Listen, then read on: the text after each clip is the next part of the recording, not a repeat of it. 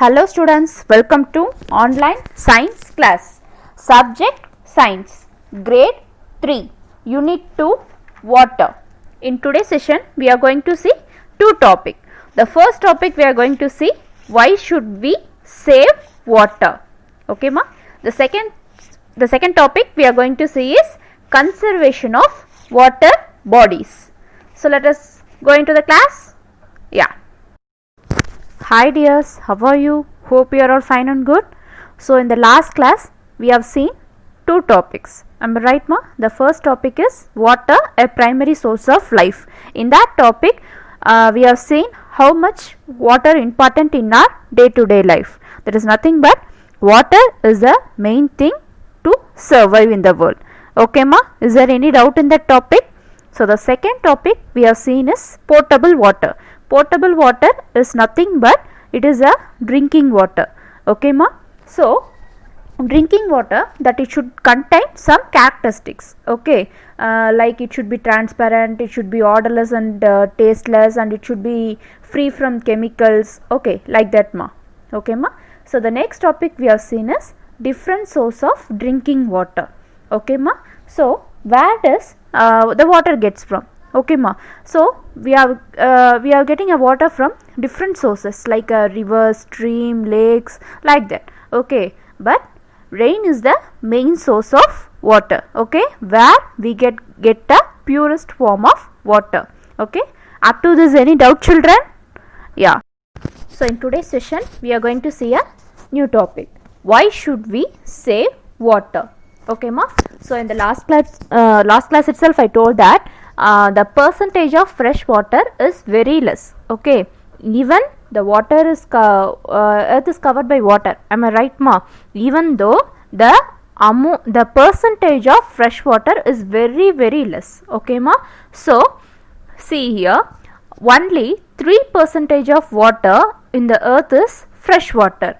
Okay, so that only water is a very precious thing. Okay, so without water we cannot survive in the world. Okay, so here we should never waste the water.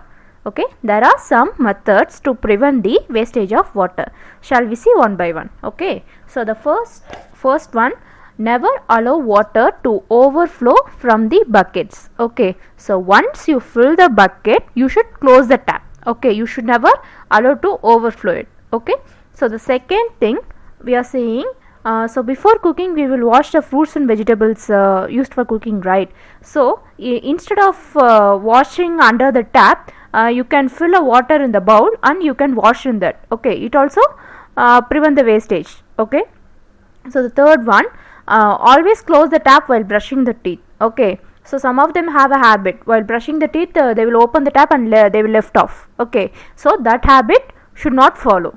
So the next one, use leftover water in your water bottle to water a potted plant. Okay, so here we should not waste any water. Okay, we should not left any water. Instead of wasting a water, we can fill in a water bottle and we can what you can say, we can plant we can water a plant. Okay, so the next thing is turn off the tap after each use. Once your usage is over, you should turn off the tap, so it prevent the wastage of water. So the last one we are going to see is use a sprinkler to water the garden. So in case instead of pouring your water to the plants, we can use a sprinkler method. Nowadays many of them using a sprinkler method in irrigation, right? Irrigation is nothing but for agriculture. So for what purpose they are using? To save water, they are using the sprinkler method. Okay, so up to this any doubt children? Okay ma. So the second topic we are going to see is conservation of water bodies. It is nothing but saving of water. Okay, so in different ways we are saving a water for our future. Okay, so let's see into the topic.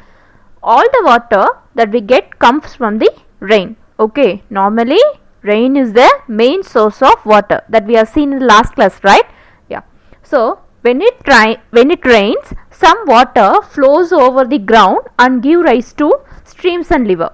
Okay, so some of the water gets mixed with streams and river, but some of the water get collected in the low lying areas. Low lying areas is nothing but what you can say pallamana pagudi. Okay, so such as ponds and lakes. Okay, some of the water it get mixed with the streams and river, and some of the water will collected in the low lying areas, that is nothing but ponds and lakes. Okay, so the flow of river is blocked by a building a dam across it. Okay, so by building a dam we can also increase the water saving methods. Okay, here some rainwater seeps into the ground. Okay, first thing we have see, some of the water get mixed with the streams and river, and some of the water get collected in the low lying areas, and the last one we are going to see, some of the rainwater also seeps into the ground. Seeps nothing but it goes into the underground. Okay, so it is collected as a underground water. Here underground water, it is the purest form of water where we can use for a drinking purposes. Okay, so it is a potable water. Okay, so here first thing we are going to see is lake. Lake, it is a large area filled with water surrounded by a land. Okay, so it is a large area. Okay, it is not a small area, it is a large area filled with water surrounded by a land. Okay, so it is usually a part of river. It is nothing but it is a part of river or some other water resource, whatever it may be. It is a large area filled with water. Okay ma, is there any doubt in this? So the next topic is pond. Pond, it is a stagnant water. Okay ma, so it is a what you can say, in the small area the water is collected. Okay, so it is a stagnant water, தேங்கி நிக்கிற தண்ணீர். Okay, so it can be either done by natural or artificial. Okay, pond, it is also present as natural, and it can be also done by man made. Okay, but it is smaller than lake. Okay, so the next is reservoir. Reservoir is nothing but, so reservoir where it is built ma, so mainly in some areas it was built. Okay, so what are the areas is low rainfall, okay, or in the areas where there is no river.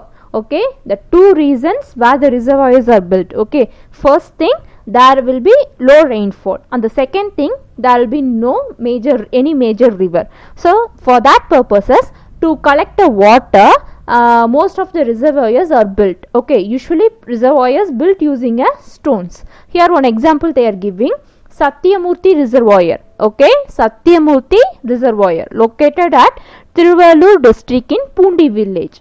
Okay ma, so reservoir is nothing but it is built in the area where there is low rainfall, or in case there is no major river, means that the reservoir is built. Okay ma, so the last one we are going to see is tanks. A water tank, it is a container for storing water for our daily use. Okay, water tank usually you see in many places, right? So see in your textbook there is one picture. Okay, so that is called tank. Okay, so there we will store our drinking water. Okay ma, so that's the thing. Okay, here there are some of the methods to conserve the water bodies. Okay, let's see one by one. So the first thing is deepening of ponds and lakes. Okay, so while deepening the ponds and lakes more, we can get more amount of water to be stored, right? So that's the process. Okay, so the second thing, we should plant trees at the bank of lake and pond. Okay, we should plant more trees. Okay, surrounded by lakes or pond. Okay ma, so the third one, it also reduce the water pollution. We must reduce the water pollution. We should not mix any chemical waste or medical waste, whatever it is, we should not mix into the water. Okay, so we should avoid water pollution. So here the last thing we are going to see is avoid digging too many wells in a region. Okay, we should not dig too many wells. Okay, so it reduces the underground water. Okay ma, so up to this any doubt children? Yeah, here the last topic we are going to see is problems caused due to stagnation of water. It is nothing but தேங்கி நிக்கிற தண்ணீர். Okay, so what are the problems we will face due to that type of water?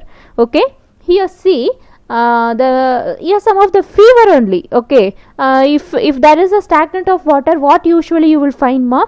So there you should find many mosquitoes, right? Breeding of mosquitoes is higher in case of stagnant water. That's what they are saying. Yeah, stagnant water can become a breeding ground for the mosquitoes. Okay, so in case of stagnant water, there is higher chance of breeding of mosquitoes. So due to that mosquitoes, there will be more disease, that is it transmit more disease. Okay, so some of the diseases are malaria, dengue fever are the main dangers of stagnant water. Okay, malaria and dengue fever, usually it is spread by mosquitoes. So where that mosquitoes get beats?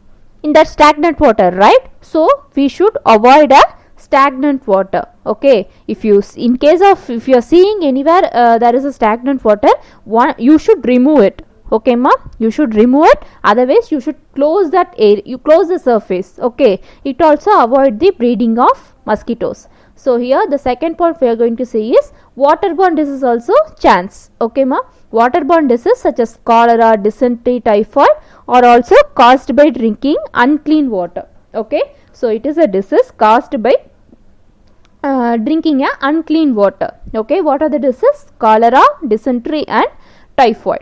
Okay, here let's see some symptoms of dengue fever. Okay, ma, so the first, let's see one by one. So the first thing is it severe headache. Okay, then the second one, rashes on the arms and legs. Rashes, you will find rashes on your arms and legs. Okay, so the third one is extreme tiredness, you will feel more tired. Okay, so the last one we are going to see is sudden onset of fever that lasts 3 to 7 days. Okay, so normal fever it occurs to 2 to 3 days, right? So if it is in case of dengue fever, it lasts up to 3 to 7 days. So these are all the major what you can say, it is a dangerous disease. Okay, so to avoid this, we should avoid a stagnant of water in your surrounding areas. Okay, children, is there any doubt up to this, da? Okay, ma. Here is your homework, children. So we have completed our lesson. Go through the lesson well and complete your book back 1 marks by your own. Okay, ma. So thanks for your patient listening, children. Bye, children. Have a good day.